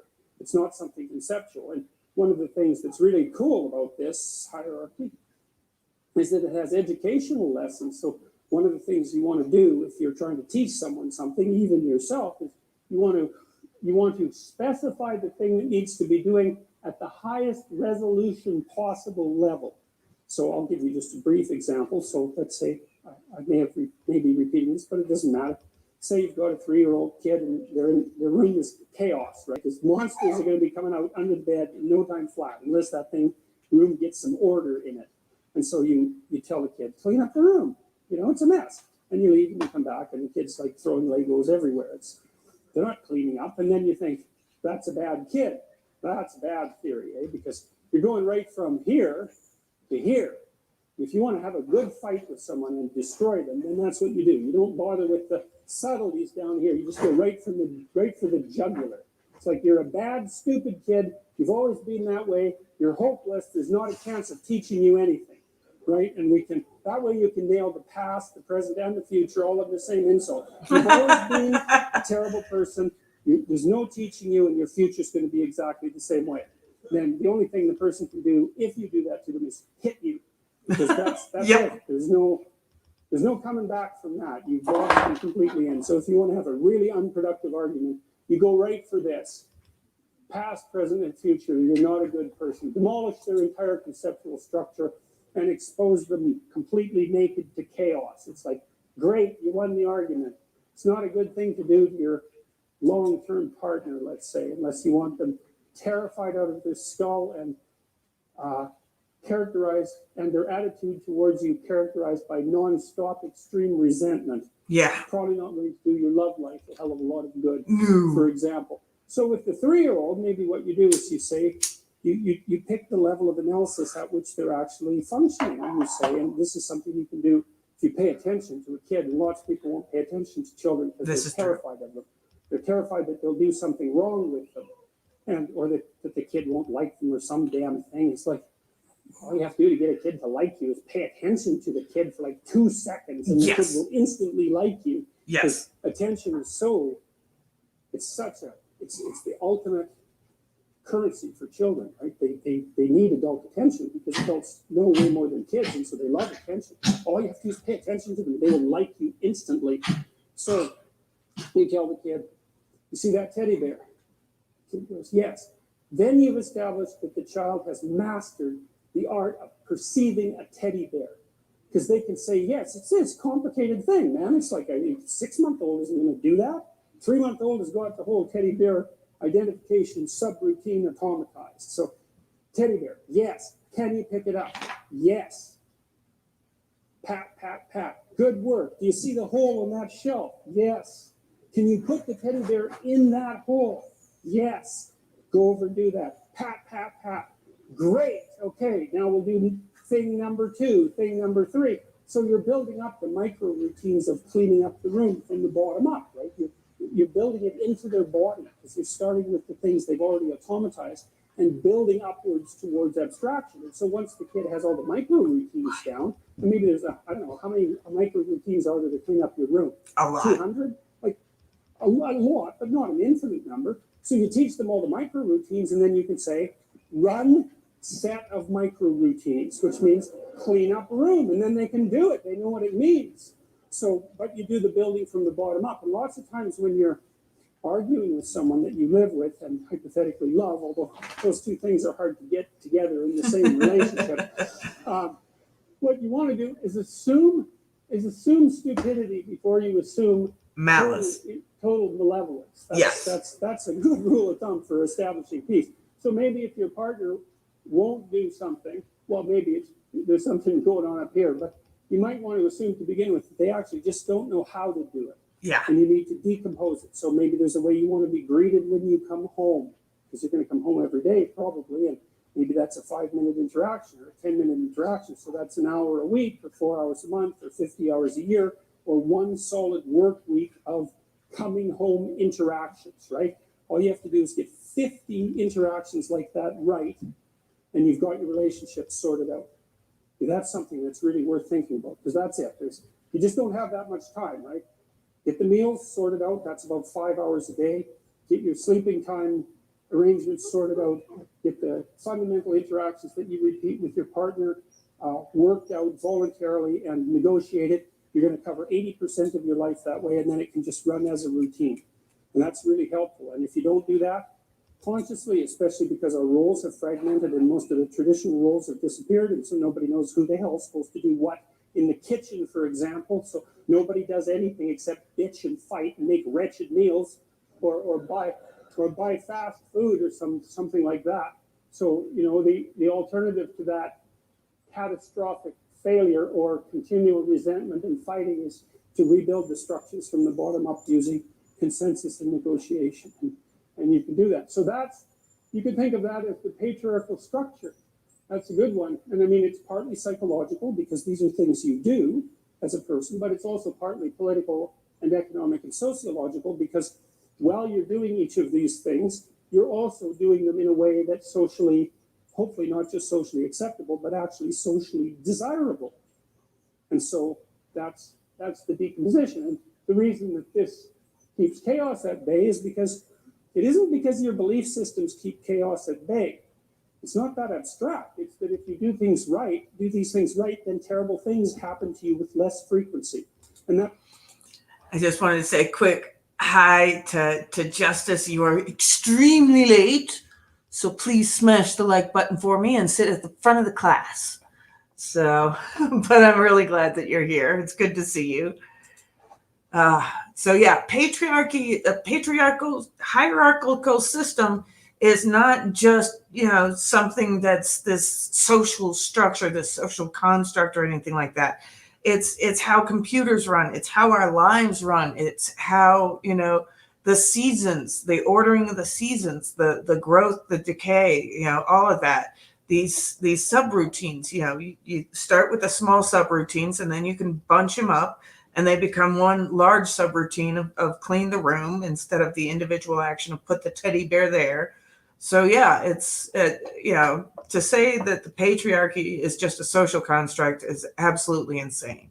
I mean, it's just, you have to be so blind to how the world functions, how you yourself function, how your life functions, you know, to think that a hierarchical structure, a patriarchal type structure isn't something that's absolutely natural in the world. So That's not it's partly psychological, because maybe you don't fight as much, maybe you're not anxious as much, maybe you're not as depressed, but a lot of it's just practical. If your kid doesn't leave his skateboard on the stairs, then you don't break your neck as often. And that's not just psychological. That's actually a good thing, not to break your neck so often. And so this structure isn't merely something that keeps things at bay psychologically. Okay, so here's another look at a hierarchy of narrative, the structure that keeps chaos at bay. And this is maybe the hierarchy that I engage in when I'm writing, and I'm doing all these things at the same time. That's what's cool. Like when I ask a student, what are you doing when you write an essay? It's like, well, that's a hard question, right? It's like, well, you're asked an important question. That's the first thing you should do if you're writing an essay. Then you're paying attention to the words and the phrases and the sentences, and the sentence relationship between the sentences within the paragraphs, and the paragraph relationships to one another within the essay, and then the essay's relevance to the class, and the class's relevance to your life, and like the essay bleeds out across your entire life. And so if I'm writing something, well, obviously at the most highest resolution level of analysis, I'm actually moving my fingers on the keyboard and moving my eyes back and forth on the screen. That's where the mind meets the body. But then I'm trying to formulate a sentence. And so I try to think up a good sentence that's nailing what I am trying to formulate, and then I try to pick it apart. And I do that a bunch of ways. I take the sentence and I put it on another page, and then I write like 10 different variants of the sentence and see if I can get a better variant. And then I try to think of ways that it's a stupid sentence to see if I can, put a pry bar underneath it and loosen it up. And if I can't do anything, if I can't manage that, then I keep the sentence that I've got, and then I do that with 10 sentences in a paragraph, and I make sure the sentences are all arranged properly in the paragraph the same way by rewriting a bunch of different variants of it, and trying to get the word right, and the phrase right, and the sentence right, and the sentence order right, and the paragraph order right. And I can tell when it's right enough because I can't make it any better. That doesn't mean it's right. It just means I can't improve it. And so I get to the point where if I'm writing a paragraph and I write a variant, and I can't tell if the variant is any better, and it might be worse, then I'm done. I've hit the limit of my intellectual capacity, and it's time to move on. There you go.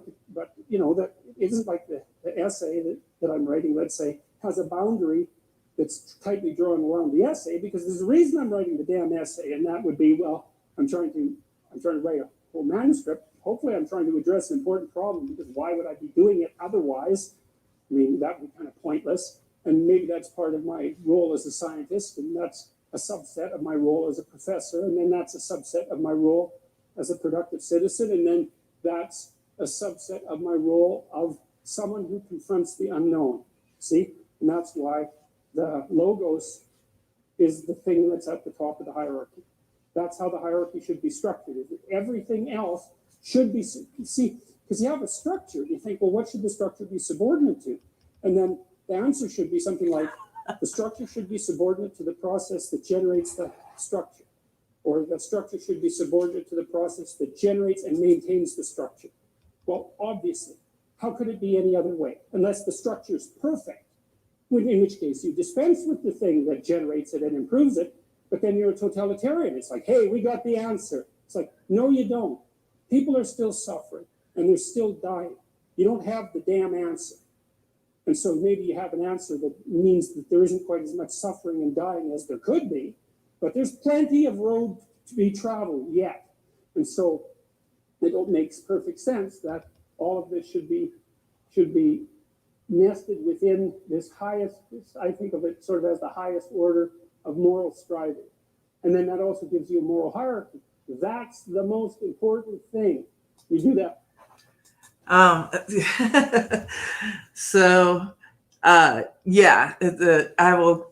Justice can go back and watch the beginning, because we're almost at the end of the show.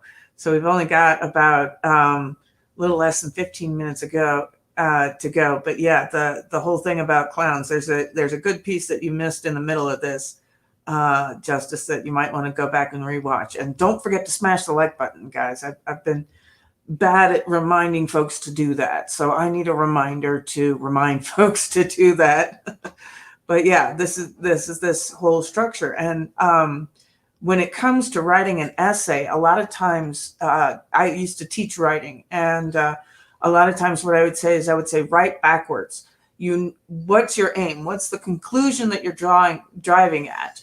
And write that first, and then create your your conclusion from that where you're going with the essay. That's usually the easiest part to write. And then from your conclusion, you can say, well, what's your hypothesis that gets you to that conclusion? And then you've got your hypothesis. And from your hypothesis, you can do your body paragraphs. Usually, like with a thesis paper, it was a 3-part, it was this, and this that leads to this conclusion. And so then you're able to write your body paragraphs. And once you've got the whole of that, then you can understand how you need to introduce it. And in law school, they use the IRAC structure: issue, rule, application, conclusion. IRAC. And so that's how you structure an essay in law. So yes, smash that like button. Thank you, Justice. You can take the dunce cap off now since you've done that. So. But yeah, so these things all have the hierarchy, and a lot of and sometimes it's easier to work backwards than it is to work forwards. So with honest speech, you do that with attention and honest speech. That's how you do that. And you don't sacrifice that to any of this, because if you do, then you're hurting your soul. There's this idea in the New Testament that the sin against the Holy Ghost is the one sin that can't be forgiven. No one knows what the hell that means. Maybe it doesn't mean anything. But I think this is what it means, is that because this process generates all this, if you violate that process, then there's no hope for you, because that's the process by which you improve yourself, and everyone else too, everything else. So if you decide you're not going to engage in that, it's like, well, there's no fixing that, because you've blown apart your relationship with the thing that does the fixing. And so,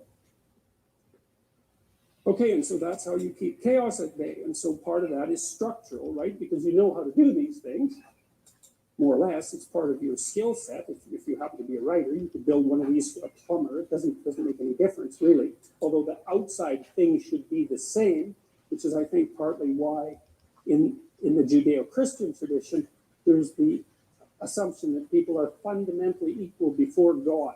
yes, And what that means is that, well, they should be nested, everyone, regardless of their particularities as individuals. Their highest order function is that they do it in whatever manner they can manage, and that's an extraordinarily valuable, or maybe the most extraordinarily valuable sociological, political, and economic function. And so that's why people are valuable. It's like we have this faculty to continually generate improvements to the structure that we jointly inhabit. yep, Great. That gives us, it's so cool, because that gives us a fundamental unity at the highest order of analysis, with the room for as much diversity as you could possibly manage, right? Because it actually turns out that the more the substructures differ, the better, because then, you can be doing something different than me. And that would be good, because if we were doing the same thing, then it's just duplication of labor. If we could agree on the higher order principle and then specialize at the lower order levels, it's like, you get to have your cake and eat it too. yep, And that doesn't happen very often. nope. So then another rule of thumb is, if you're trying to solve a problem, solve it at this level, highest resolution level possible, before you dare move up the hierarchy. Because as you move up the abstraction hierarchy, the probability that you'll make a catastrophic error while attempting to fix the problem radically increases, because abstraction is very, very powerful. And so you want to be very careful. And we saw that when the mortgage market crashed. The reason it crashed was because of strange use of derivatives. And derivatives are like higher order abstractions in the financial world. And derivatives give you tremendous financial leverage and power with huge risk. Yeah, And so the upside is massive, absolutely massive, because you can multiply your earnings. But the downside is complete bloody catastrophe. And so part of what I would say an intelligent conservative ethos is solve the problem at the highest level of resolution, highest level, most local level of resolution. It's safer. And if you want to understand the housing market and how it crashed and the mortgage market and all of that, watch The Big Short, and they will explain derivatives and how it works. And it's an absolutely fascinating movie, and it shows how corruption at the lower levels, when you create these types of programs and things like that, how they slowly corrupt over time, and then you end up with a Jenga tower that's going to collapse. So, and then yes, welcome to Alice. Glad you're here. We're almost at the end. We've only got a few minutes left, but yeah, we're talking about the structures. He's getting into the story structure and how structures work, and using that. We haven't even gotten into the story of the flood yet.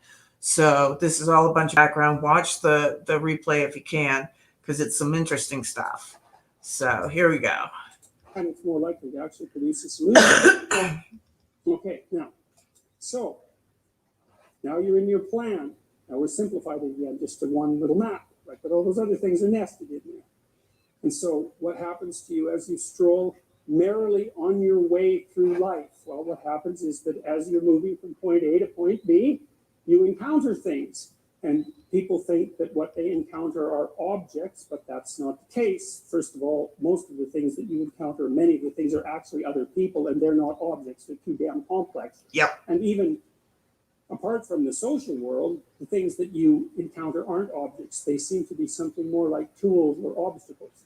And I don't mean that we see objects and turn them into tools or obstacles. I mean that we see tools and obstacles, because what happens is that when you array yourself towards a goal, then the world transforms itself into things that get in the way of that goal, and three things. Things that get in the way of the goal, those are things you don't like. Things that facilitate your movement towards the goal, those are things that you like, and irrelevant things. And mostly you want irrelevant things, because there's just too damn many things. So the category of irrelevant is one you really like. So yeah, because then you can just ignore it. Most of everything is irrelevant if you have a good plan. A few things are good because they move you forward, and some other things are not so good. You want to go around the not so good things if you can manage them, unless you like to run head forth into like brick walls, which is not particularly some learning experience, but I wouldn't repeat it too many times.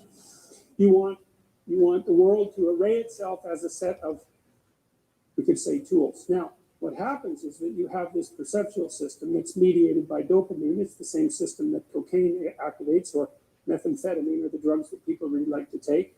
And it's the dopaminergic system that responds with positive emotion to indications that you've encountered something that will facilitate your movement towards a goal. Yep. And that's really important to know, because people tend to think that they're happy because they achieve goals, and that's not true. What's true, because as soon as you achieve a goal, then you have a problem, which is what's the next goal. Yep. And that's actually a big problem. You encounter that as soon as you graduate from university, for example. That's right. I made this joke before. Graduation day, you're like king of the university hierarchy, undergraduate hierarchy. Day after, you're unemployed potential Starbucks employee, right? So obviously the accomplishment per se as a source of reward is problematic. Yeah. When you accomplish, you run the frame to its end, and then you have the problem of needing a new frame. So that's a problem. But if what you're encountering instead are things that will move you along your way, it's like, hey, that's great. And that's where you get your positive motivation. So that's really that's so much worth thinking about. You can think about that for a year, and that wouldn't even be enough to think about, because here's what it means. It means in some sense that the Buddhists are right with their claim about Maya, M-A-Y-A, which means that people live in an illusion. And what they mean by that is, well, you have goal, whatever your goal is, and that goal gives relevance to the world. And you could change the relevance of the world in a snap just by changing your goal. Yep. You can do that. And so then you think, well, it's sort of an illusion because you can just change it. Now, you don't want to push that line of argumentation too far, because even if the specific point can be changed, the fact that you're in one of these frames cannot be changed. And so you have to be in a frame, although you get to pick the frame. So there's still an absolute there, which is that you have to be in a frame. And that is not a trivial absolute. It's a very major absolute. So then you think, okay, all of your positive emotion is going to be experienced in relationship to the goal. Well, then we think, well, use some positive emotion. It's a good thing. Positive emotion inhibits anxiety and disappointment and frustration and pain. It does all that. Technically, it does that. That's why a football player with a broken thumb who wants to score a touchdown can go out there and, play the football game, even though it's kind of an arbitrary goal, right? It's like, really, you're going to go out there and like risk your hand to fire a pigskin through some poles? It's like, well, you can say the same sort of cynical thing about most of the things that people do, but you can't say the cynical thing about the fact that they have to do things. So you have a point, you have your aim, you have your ambition, and then that's what turns the world into a potentially positive place. And here's the kicker. This is so cool. The higher the aim, the more the positive emotion. So that's you think, well, why should I bother? Why should I bother doing something lofty and difficult? It's like, because it's worth it. And we will pause it right there. It's a good place to stop when he's not talking. So, we talked goals and inner desires, things like that. That's why a lot of people, as he talked about with graduate school, once you get out of graduate school, once you're done with that, it's like, oh God, what am I? On the other side of that. And so having those overarching larger goals, like not just achieving the degree, but then getting the family, then, getting the kids off to school, then, the retirement, all of that, big, lofty goals. You have to have those big things that you're striving for. Otherwise, the day gets unbearable. And I've lived like that. Chronic illness strikes and a lot of those big goals just go out the window because they're not physically possible. You're dealing with this health thing right here, right now. And, all these things that you want to strive for are just out of the question. And so that's why a lot of people who have chronic illnesses, who have to deal with something like that day in, day out, they have a really hard time with depression and anxiety. And it's not brain chemicals, it's life situations that cause that despair and that, anxiety and things like that. It's that I'm not reaching for a goal because I can't reach for a goal. And then you just kind of spin like a hamster on a wheel. The difficulties build character and pushes you forward. And you keep on going to that next level. But if you get your knees knocked out from underneath you, oh man, you've got to reorder everything and things like that. That's why, the internet has been such a boon for people with chronic illnesses, is that it has allowed us to, because a lot of times we're bedbound, we're housebound, things like that. But this allows us to have these interactions, to have these other goals, to have these other things to strive for in our life. It's okay. I gotta get through this series, get through this biblical series, and then getting into the actual Yale studies and things like that, and having friends to bring along with it. I mean, it's been fantastic for people with chronic illnesses, because we can't function out in the real world. We do it, and everybody coming online because of the pandemic has just given us so many more people to play with. It's fantastic. It was pretty lonely out there for a while, but now, all of it, it's been a strange experience through all of it. As Alice says, it also has to do with perception on your situation that will affect your mental health. Absolutely. So, but we are at a minute past when we're supposed to go. So I will thank you all for being here. I hope you have a wonderful Sunday. If you have Greg's text message number, bug him, because I want him to come back on and do his sermons again. I'm missing him, so, and I haven't heard back from him yet. But anyway, Shaman says, another fantastic show, Pam. Thank you so much. Love all your commentary. It ties so much together very well. I'm so glad that I can help with this. I'm so glad that I'm adding something to it. It's kind of strange thinking that I can add something to Jordan Peterson, but there we are. And yes, love, blessings, and strength to all. Mega love shout out. Thanks, everyone. And I will see you all next Thursday. Mwah. Love you. Have a good night.